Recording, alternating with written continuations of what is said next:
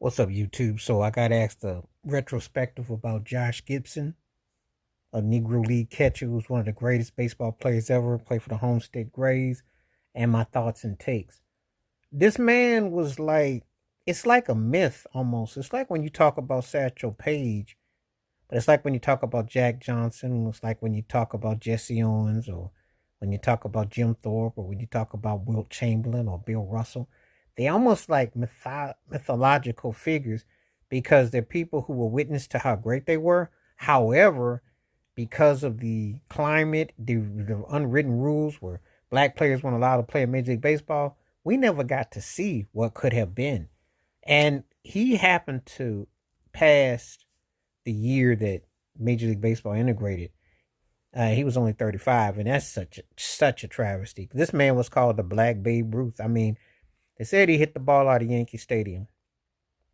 And I went on a baseball top 10 greatest catchers ever.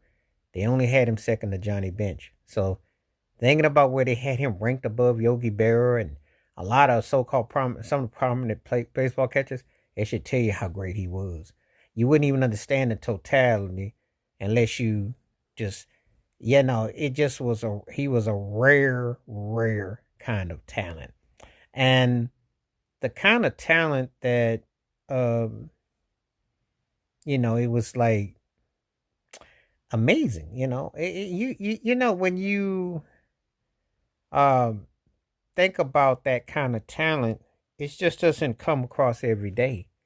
He hit for power. He was strong, agile. Now, they, well, again, when they integrate records, which they've done, he has the highest career batting average for a career 371. And in a season 466. Let that sink in. You know how when a guy even looks like he's going to go for 400, and you think about, I can tell you George Brett, I can tell you Barry Bonds, I can tell you Zaki Ichiro, guys that look like they could, and Tony Gwynn, pure hitters. Ted Williams too, pure hitters. Guys, Rod Carew, guys who get on base, do so much. And to hear that this guy actually put it there was amazing. Now, the home runs for him go as high as 800. Major League Baseball says 171. The Negro League said 166. It's hard to say because it all depends. And he could have been as high as 800 plus.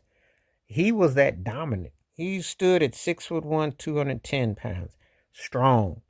The reels and things that I saw of him